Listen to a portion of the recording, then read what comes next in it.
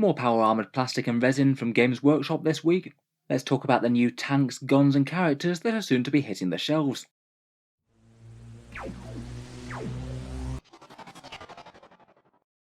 Hello and welcome back to Warspets Tactics, where today I thought we'd do a bit of a roundup of Games Workshop's model releases, as yet again we seem to have another very big release for the Space Marines, another big wave of these new wave Heresy sets being translated from preview into things that you can actually buy.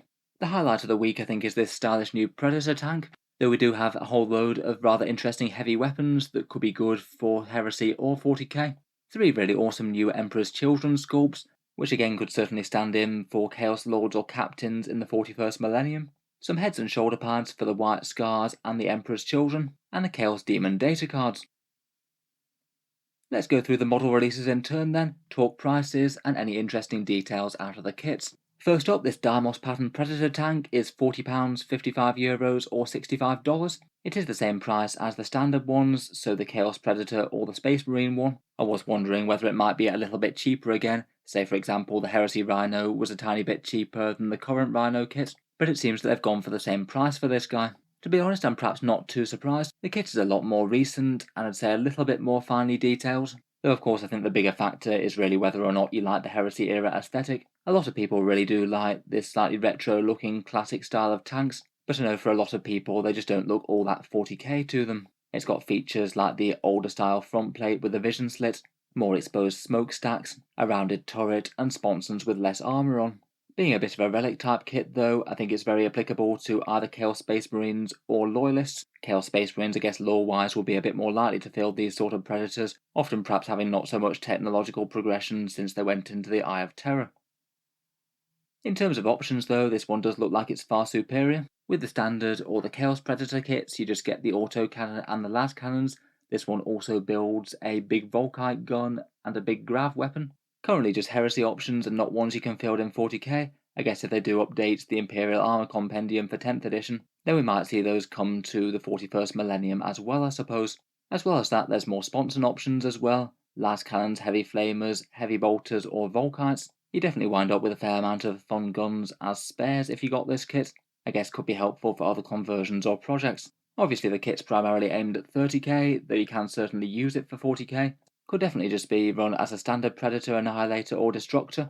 Currently due to the Codex updates, the Chaos Space Marine ones get a far scarier version than the Loyalists. Toughness 8, and they get those Soul Shatter las cannons that get d6 plus 2 damage, so a fair bit tougher and a fair bit more scary anti-tank. I'd still say it's probably not the most efficient source of fire support for the Chaos Marines. People seem to prefer Havocs in the heavy support slots, but at least it's a fair bit better than it was. Overall, a pretty cool alternate option. If people like the aesthetic, it's really quite cool to have this in the range at the same price as the other Predators, if you'd rather have this one and the extra options. Moving on, we've got a couple of chunky heavy weapon packs. Again, these ones are aimed at Heresy, but could also be interesting for converting Devastators or Havocs in 40k.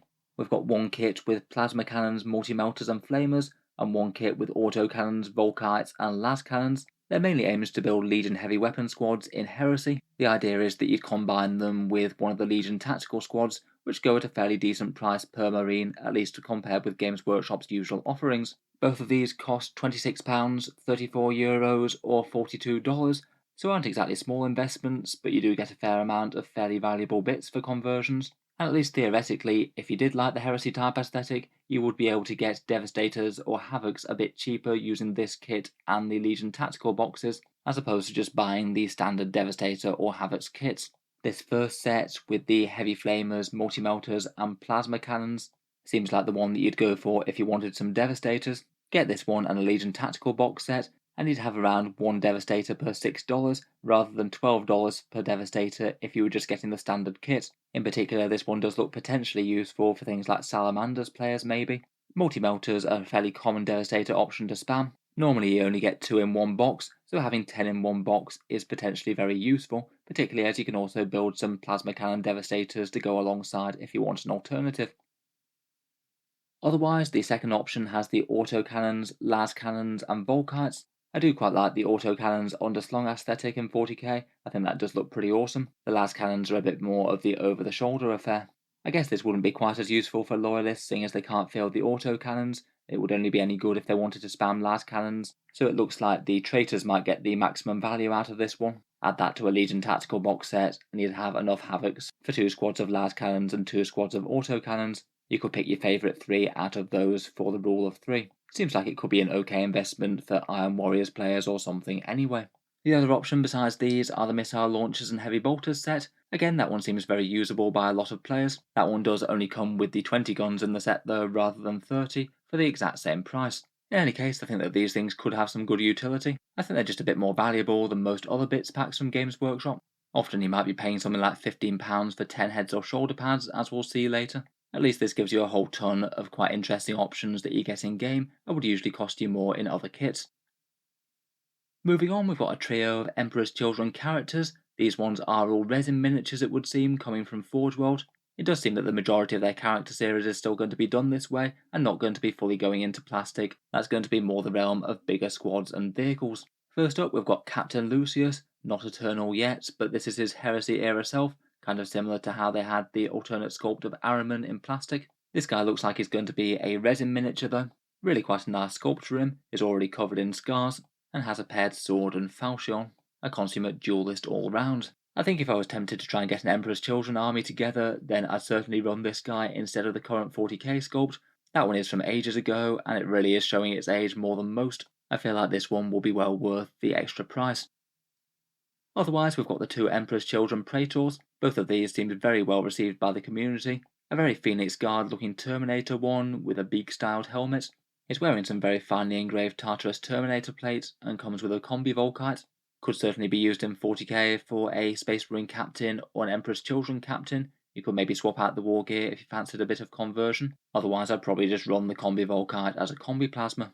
Otherwise, there's this power armoured one with a dueling spear of some kind. A nice disturbing Emperor's Children head who does have quite a nice beaky style head swap as well. Definitely a miniature that captures the spirit of the 3rd Legion. Price-wise, based on the other Praetors, the Terminator one's likely to be just north of £30 or around $50, a bit on the pricey side for one character miniature, definitely paying some Forge World tax there. And the power armoured one is a bit more in line with Games Workshop's normal offerings, £26.50, €33 or $42 based on the previous Forge World offerings. Still though, as Forge World miniatures go, I'm sure they're going to be pretty popular.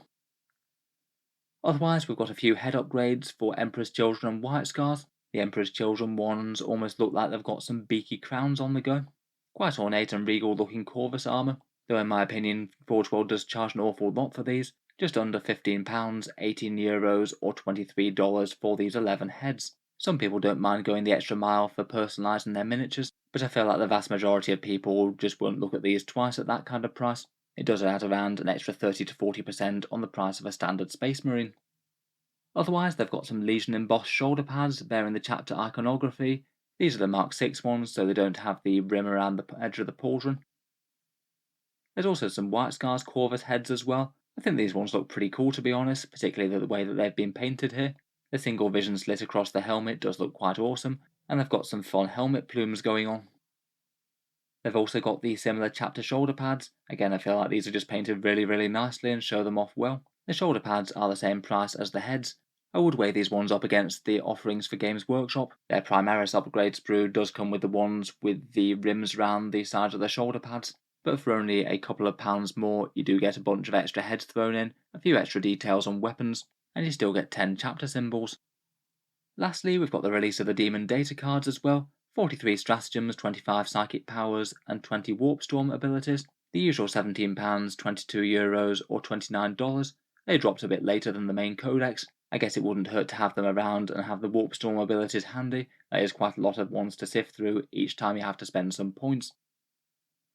So that just about wraps it up there. Let me know what you think of the releases down in the comments below. Would you be tempted to pick up any of these? Do the Predator tank, the heavy weapons, or the Emperor's Children characters do it for you? And what role would they have within your army?